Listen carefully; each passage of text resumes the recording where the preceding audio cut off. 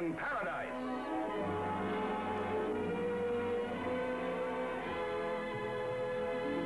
Starring Gardner McKay as Adam Troy. The Pit of Silence. Guest stars, Teresa Wright, Hazel Court, Robert Simon, and Margot. Brought to you by...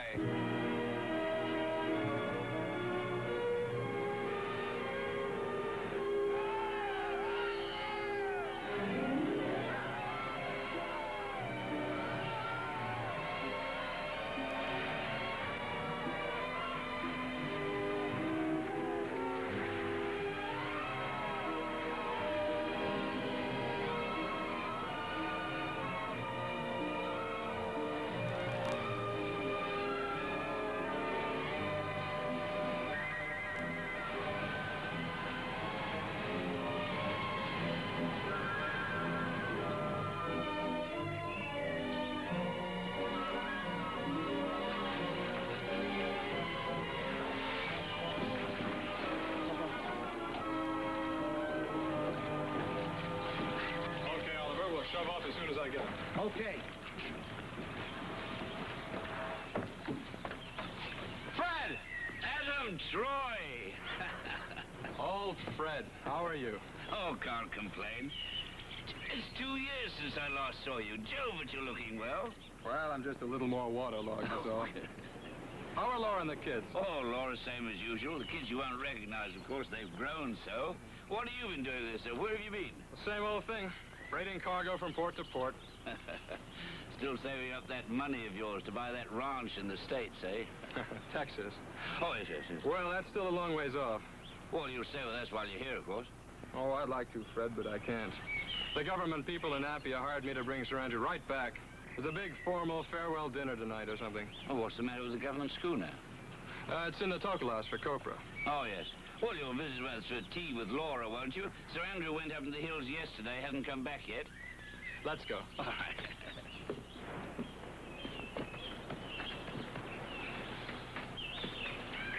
Laura! Adam! Oh, Adam! Oh, Adam!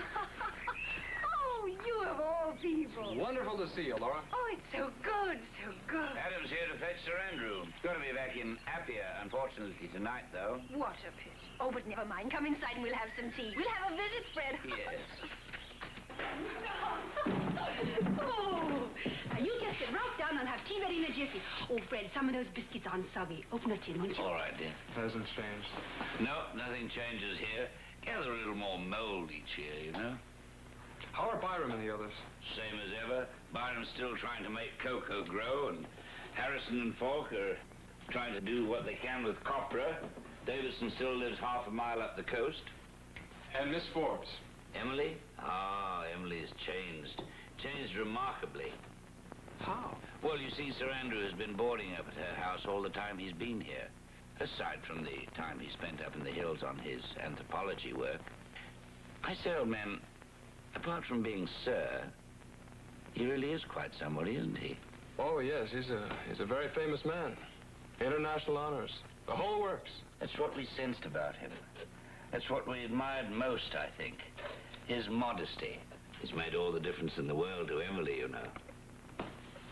Don't tell me she's finally let her hair down. Afraid so, old man.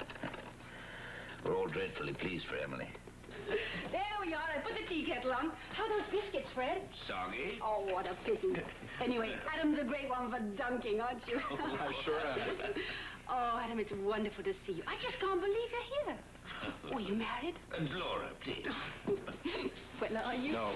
Oh, what happened to the nurse in Tahiti? The same thing that happens to all nurses. What? She married a doctor. I've been telling Adam about Sir Andrew and Emily, darling. Oh, yes, Adam. We're really very pleased about it. You've no idea how lonely Emily really is. Oh, I've seen Emily Forbes 100 times around the island. Once upon a time, grandfather came out from England as a missionary with all the prestige in the world. Then Papa sentimentalized the position after the old man died.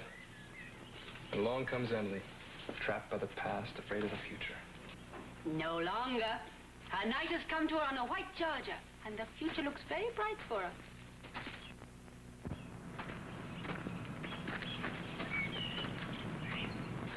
They're to be married after Sir Andrew returns to England to settle his scientific affairs.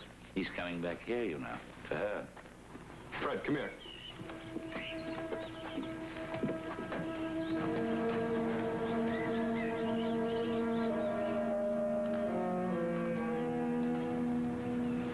What in thunderation is...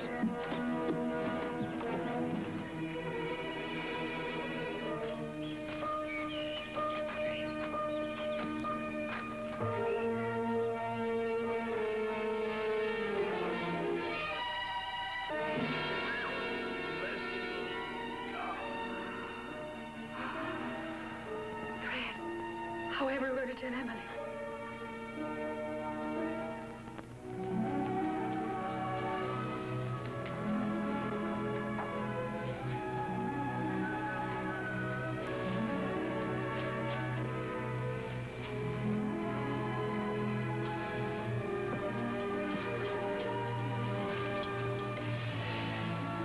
Aren't they lovely?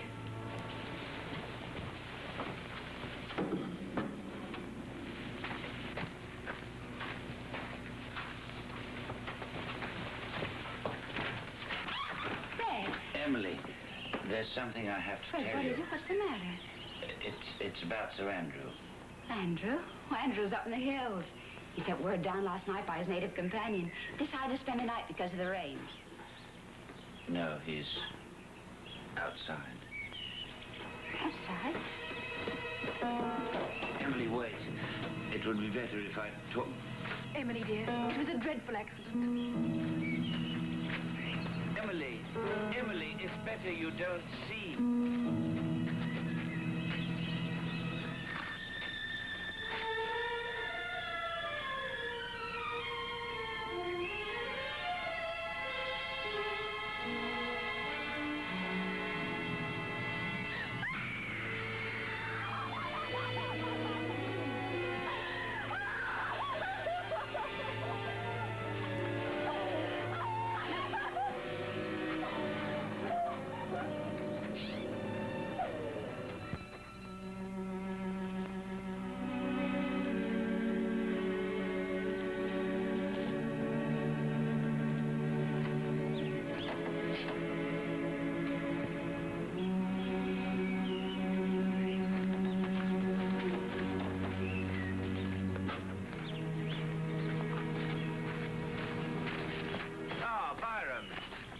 Byron, you remember Adam. Adam Troy, of course. Yes, of course. How are you, Eric? Fine. All the wives are over with Laura at Emily's. She's in a terrible condition of shock.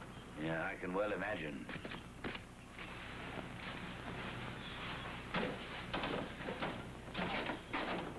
Happy has put Adam in charge of things until they get here sometime tonight, I suppose.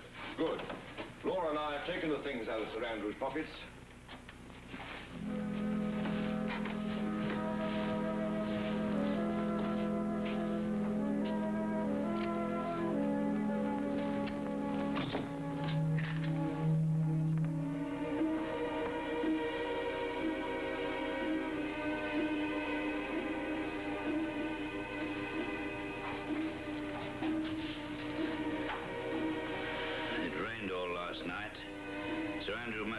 Past the pits and heard a wild boar trapped in one of them. Must have gone to take a look and got too close to the edge, I suppose. Yes. A man doesn't jump down into a pit with a wild boar down in it.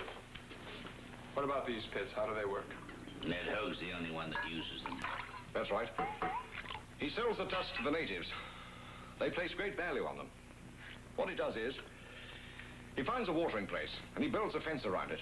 And in this fence, there are 3 or 4 breaks so that the wild boar can pass through and get to the water. And in these breaks, he digs a deep pit. And over the pit, he lays a kind of camouflage. A false cover of twigs, broken branches, then a layer of dirt. I see. Then as the boar passes through the opening, he crashes through the false cover and traps himself in the pit. Yes, that's right. Well, why didn't Hoag come down with the body? Must be 2 years since you were last here, isn't it, Adam? Just about. Well, Ned and his wife arrived 2 years ago. Right from the start, no one liked him, least of all the natives. A very surly, dour man with the devil in his heart. Avoided us and the natives as he would the plague. Well, what about his wife? Oh, she arrived with a parasol, silk dress, white gloves, and all that rot. The women saw through the masquerade right away, Emily especially. A French woman, originally from Tahiti. Emily wouldn't have her down here. Well, I can't say I really blame her. So the Hogues moved up into the bush. Well, whether he likes it or not, he'll have to be here tonight to talk to the commissioner. He won't come. We'll make him. Will you show me where he lives, Fred? Certainly. But I'd like to stop in and see how Emily is first, if it's all right. Sure. Wait a minute. Have either of you ever actually seen wounds made by a wild boar? Before this, I mean. Yes? Yes, I have. Were they like those? Exactly like. Why do you ask? Just curious. Come on. Oh, tell me, Fred. Did the natives like Sir Andrew? Like him? They worshipped him. He was to be my life. All the life I dreamed of. England. Grandpa's England. A place that is my home and I've never seen. Except as a very small child. Saw in night and dreams what Grandpa talked about. Andrew was... Oh, he's gone. He's gone. I'm alone. We must try and be brave.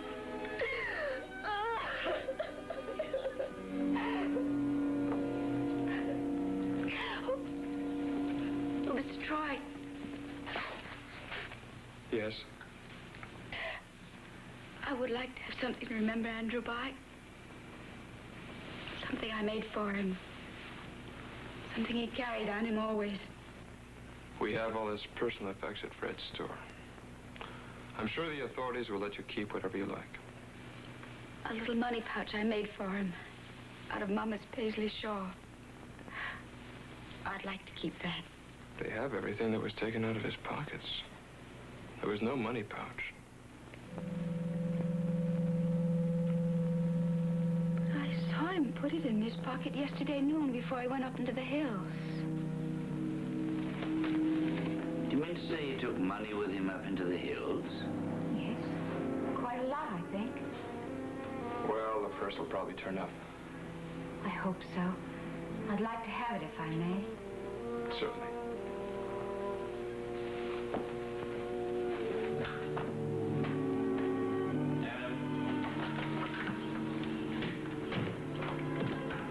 What do you think? Those natives who brought Sir Andrew's body down, would they have robbed him? Robbed him? Why, they honored him. Be like robbing one of their own chiefs. And I think the sooner we talk to Ned Hogue, the better.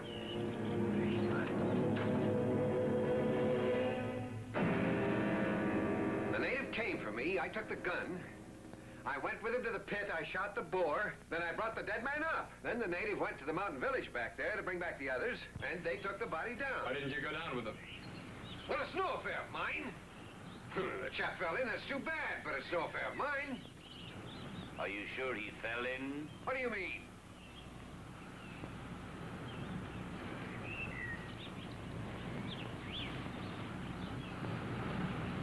Mr. Hogue, the police commissioner will be arriving from Appia tonight. What's that to do with me?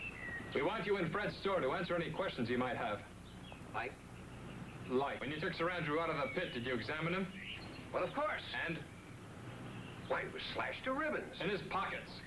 When he went into the hills, he was carrying a money pouch. When the body was brought back down, the pouch was gone.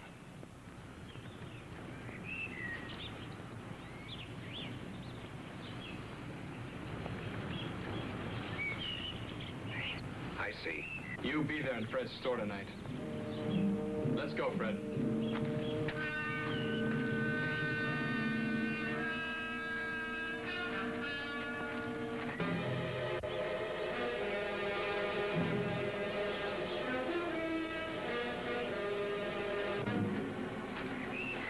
Come out now, they've gone.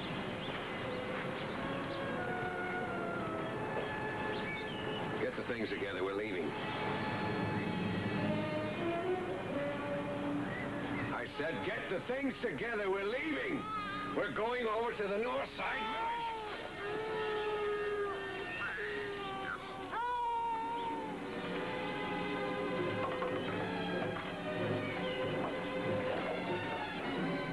Adam, I think he was lying. Why did you have to go so suddenly? We're not going anywhere.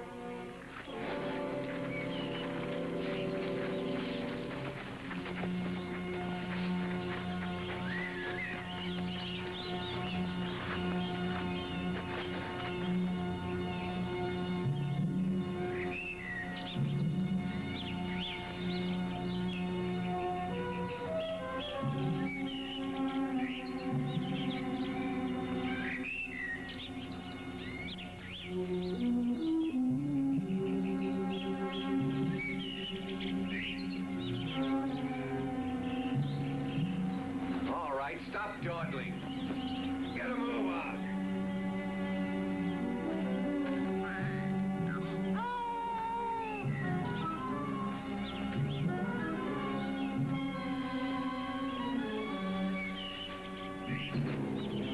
All right, Hogue. Now you're coming with us.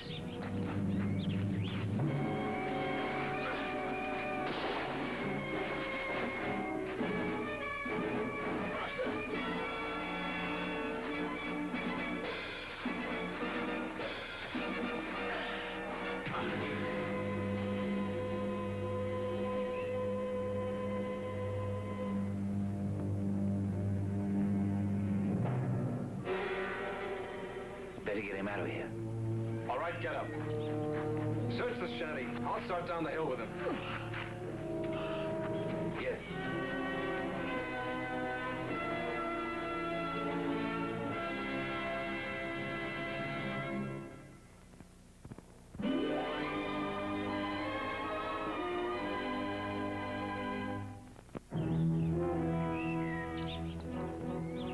I tell you, until I saw him down that pit, I never set eyes on the man before. Then why did you try to run away?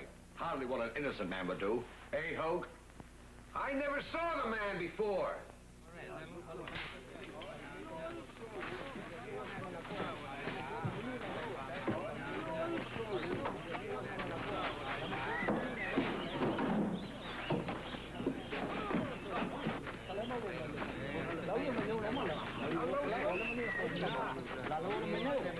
Find anything in the shack? No, not a thing.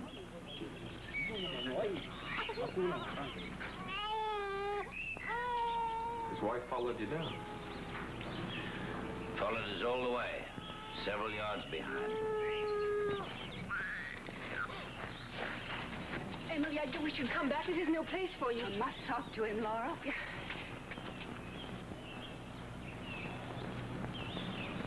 What's she doing here? It seems to me, Adam, she has more right here than anyone else.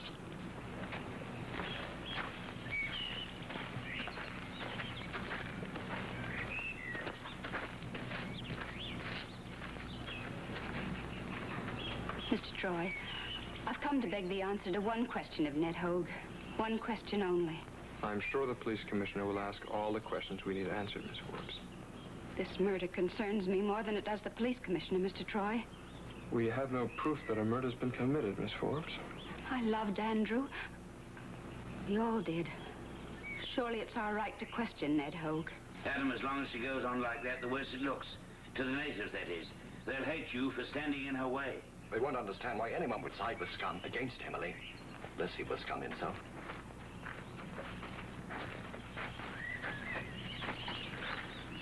All right, Miss Forbes.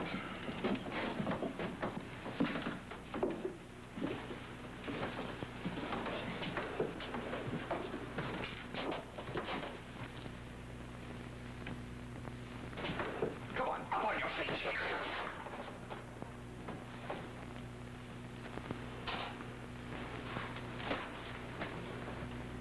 Mr. Hogue, if there's any fear of eternal hell in your heart, you will answer me truthfully. Early this morning, Sir Andrew Pitchford stopped by your mountain shanty, perhaps to ask directions. No! He must have asked you to guide him. He took out a money pouch, offered to pay you. Nobody stopped at my place! After you saw how much money there was, you went with him. You came to the trapping pit. In one of the pits was a wild boar. Andrew wanted to see. You went with him to the pit's edge. While he looked down, you moved up behind him. You took out your knife. You stabbed him. And then you robbed him. And then you threw him out of the pit. Oh, what a fucked up forget. Bring Hope's wife in here.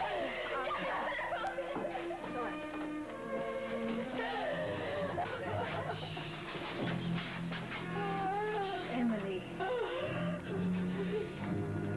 Does she speak any English? French, really, but enough English.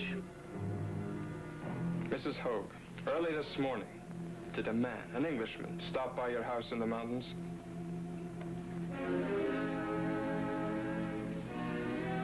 Did he, Mrs. Hogue? Yes. You liar! Get back! She's lying! It isn't so! It isn't so! She never saw the man because there was no man! Mrs. Hogue, did the Englishman show any money? In a pouch? Yes. Yes. And did your husband go with him? There. She'll get my home to the authorities. Laura, dearest, come.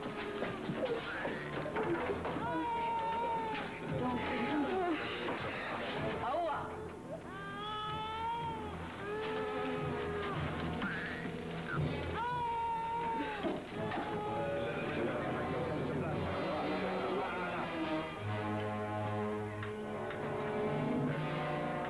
Get rid of those people.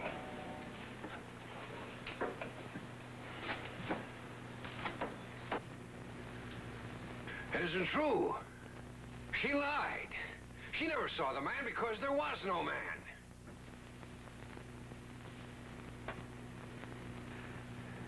Stay with him, Fred. Byron! Where are you going? I thought I'd go on home. For lunch. Be back in an hour. Stand by the door, will you, Fred? Right.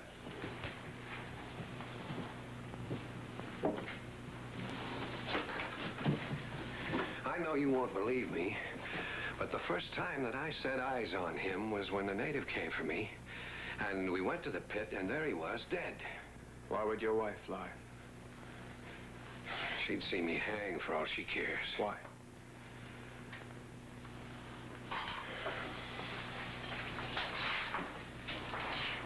I met her over in Pongo before we came here.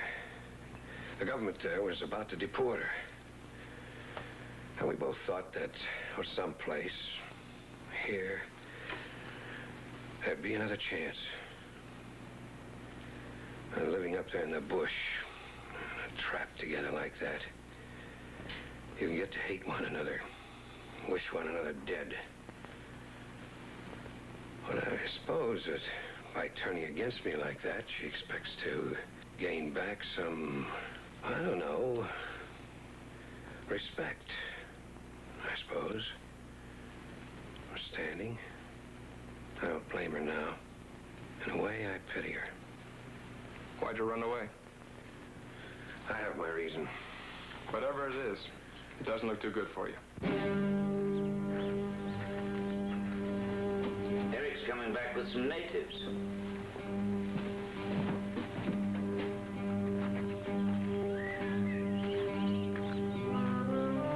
That's the High Chief with him. What's up, Eric? The High Chief and some of the men, they stopped me on the trail. What for? They say the authorities from Appia will be too easy on him. Well, they're not the authorities. They say they have the right. They had made Sir Andrew a chief. It is for them to avenge the death of their chief, who brought so much happiness to Emily. Send them away. All very well for you to say that, Adam. You don't have to live here. You're telling me you don't want to send them away. Well, if he's guilty of murder anyway. We don't know that yet. It's not our business to judge. My house is on their land, Adam, and my little plantation. My workers come from this chief's tribes. I see. What are you doing, Adam? You speak any English? The proper authorities are coming from Appia to question Ned Hogue. They're the only ones with a right to decide what happens to him. Not me, not you. We're turning him over to them. Hold it! Hi, Tato.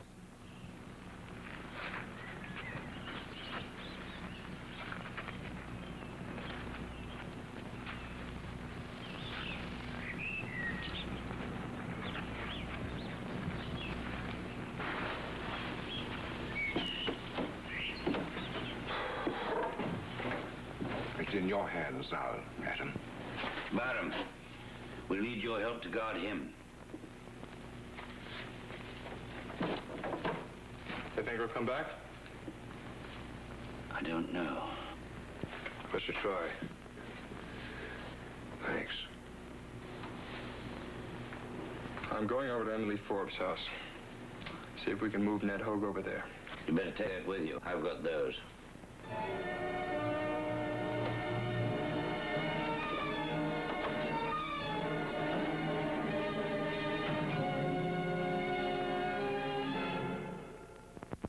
And now, back to Adventures in Paradise.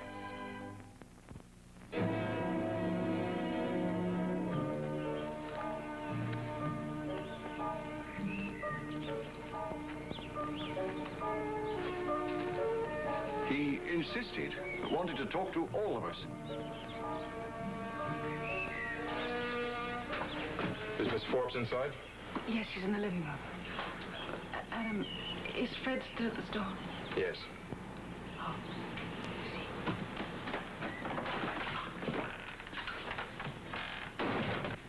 Mr. Troy? I'm sorry to barge in on you like this, Miss Forbes, but I'd like your permission to bring Ned Hogue here Why? What for? to await the authorities from Appia. The chief and the villagers would never come for him here. Why not? If they want to avenge a murder, they will, and nothing I can say or do will stop them. Miss Forbes, it was your grandfather who brought Christianity to this island. He was honored by these people. One word from you and... You overrate me, Mr. Troy. I have no influence over what my people do or don't do. Excuse me, Mrs. Hogue. Tell me, what color coat was Sir Andrew wearing this morning? You'd remember if you saw him.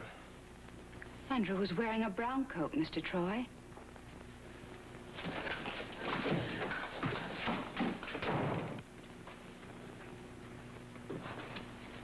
She didn't seem to know, did she? What are you insinuating?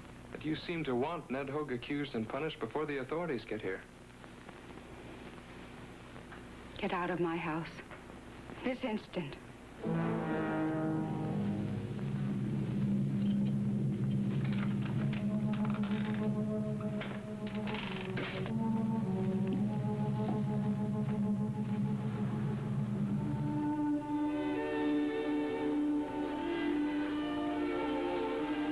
Andrew.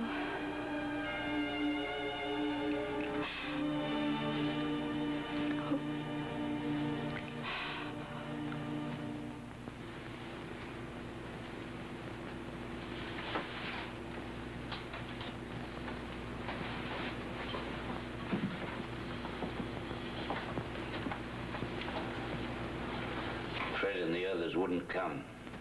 No.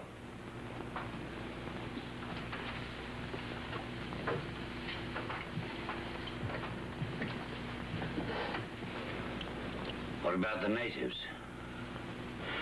The High Chief said he'd give us till sunset. We can just hold them off for a while. Oliver and the others will be back from Appia with the police commissioner. You better take a gun, Ned. It's no use. Let him take me. Get a gun. No, listen. Listen! It's all over. They aren't here yet. I want to tell you why I tried to run away from him this morning. My name isn't Ned Hogue. It's Scudder. Larry Scudder. I'm an escaped convict. From where? Australia. How did you get here, Ned? Well, I bought some papers from a chap who was waiting a ship in Australia, in Melbourne. His name was Hogue, Ned Hogue. I jumped ship over in Pongo, came over here with the woman. And the minute those chaps are happy you get here, it's all over with me anyway. What were you in jail for, Ned? Murder. I used to work sheep down near Adelaide in Australia. There's a bloke named Carson worked with us. He's a mean sort. When he drank, he was even meaner.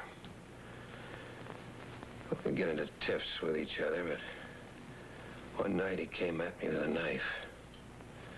I hit him. I kept on hitting him and kept on hitting him and kept on hitting him, even after he was dead. So you're only risking your lives for a murderer? Let him take me.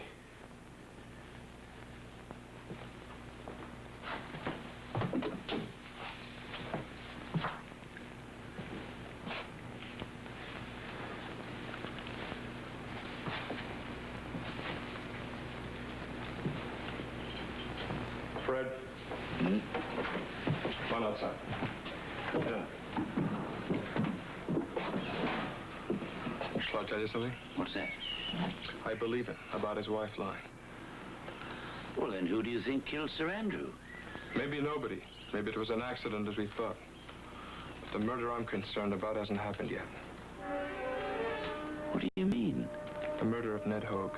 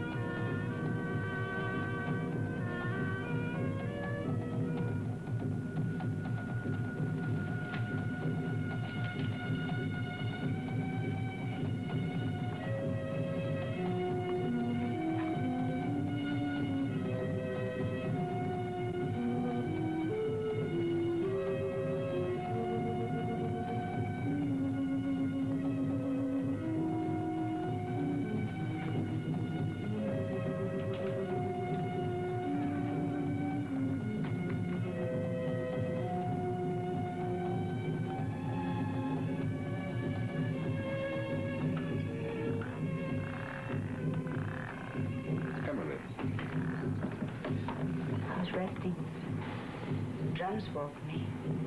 Why don't you go back to your room, Emily? There's nothing any of us can do. Yes, nothing. Where's Laura? She went to the store for Fred. But she can't be there. She simply can't, not now.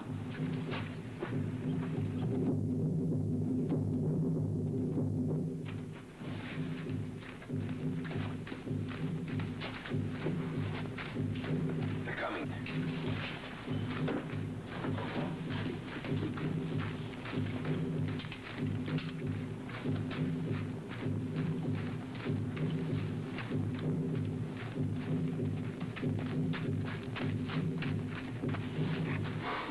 Light the lantern, will you, Ned?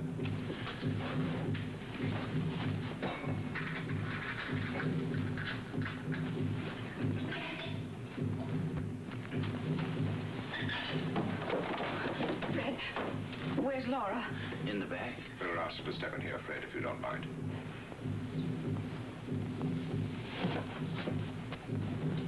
Laura? Laura? Emily and Byram are here. They want to speak to you. Yes, Emily. I want you to come back with me. You and Fred. Well, Fred doesn't think he should leave until the authorities get here. And where he is, well, there I am. I'm staying here with my husband, Emily. They'll be coming any minute. No, not if you tell them not to. Laura, don't be ridiculous. How can I stop them? You can, but you won't. You won't because of your love for Sir Andrew. Laura, in heaven's name, Fred, you can't, either of you, throw your lives away on a man like this. Laura, I want you to go along. Will you come with me? You know I can't leave here. Then I'm not going. But what about the children? They'll simply have to have their supper later. Laura, Fred, can't you see what you're doing? Isn't one murder enough for you? There's a shred of decency left in you. Go out there and give yourself up to them. Miss Forbes. Ned Hoag's not turning himself over to anyone but the authorities from Appia. Listen. The noise has stopped.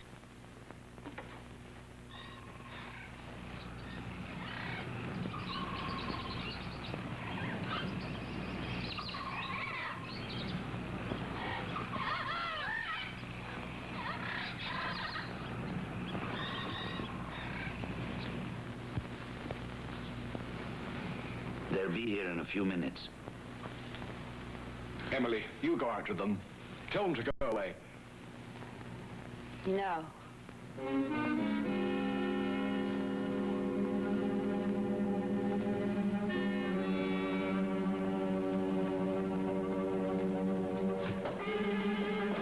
me go. Let me go!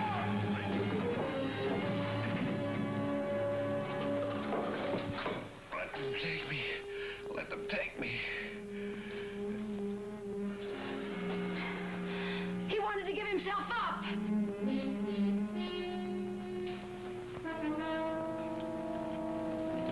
Are there any more guns, Adam? Over there. Order it, you can't. You daren't. He killed my Andrew. He's the one who murdered him. He did it. He did it. He did it.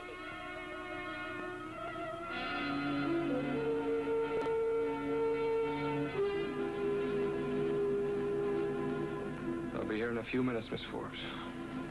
Our lives are in your hands. What do you mean? He did. He did. He did. Like a child trying to blame someone else. No.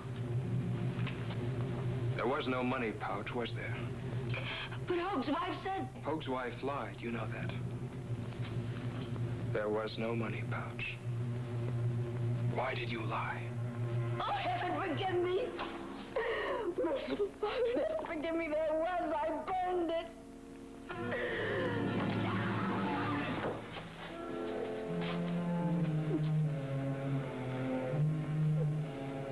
These are your friends, Miss Forbes.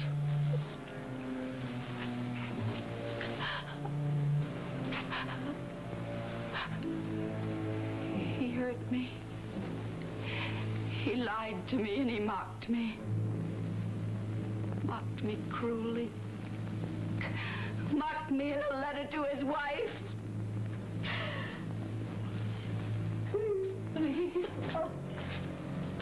It was all a fraud, all a promised future. All lies to a gullible old maid, a silly island spinster. Oh, it must have amused him to use me for his home crew.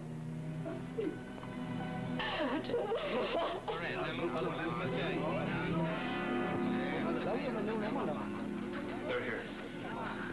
I'll go out to them. We all... Come with me.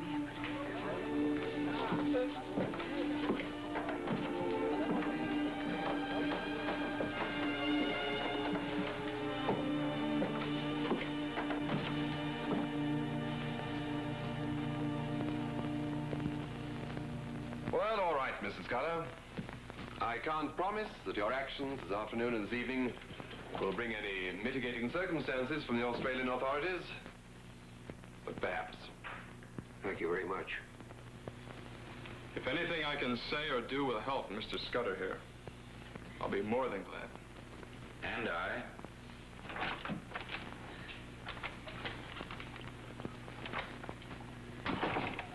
Is she ready, Laura? Yes.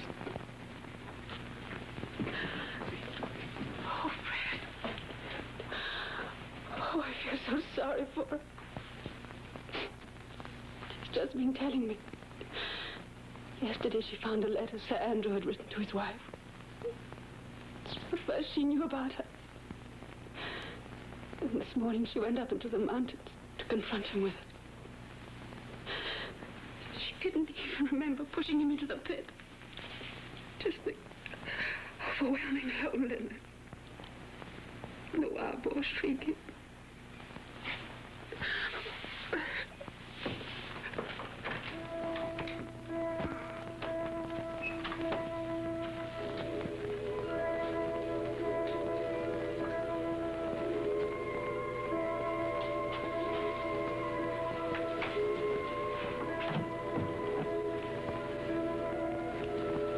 You're back. Yes. It's time to go now, isn't it? Yes, it is, Miss Forbes.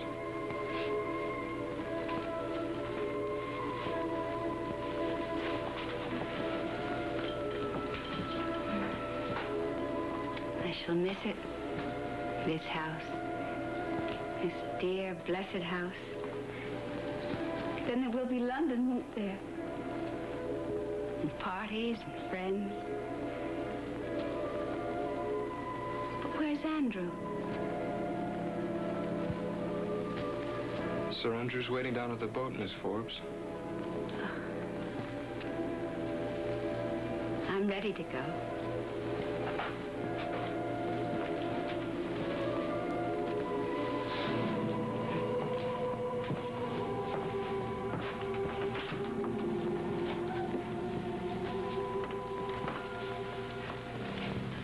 Andrew, they said you were down at the boat.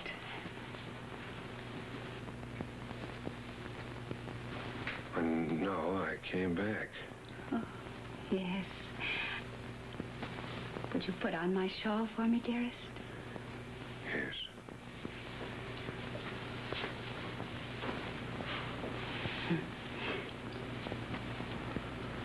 Andrew, I had the most dreadful feeling. As though somehow someone had taken you from me. No, I'm still here.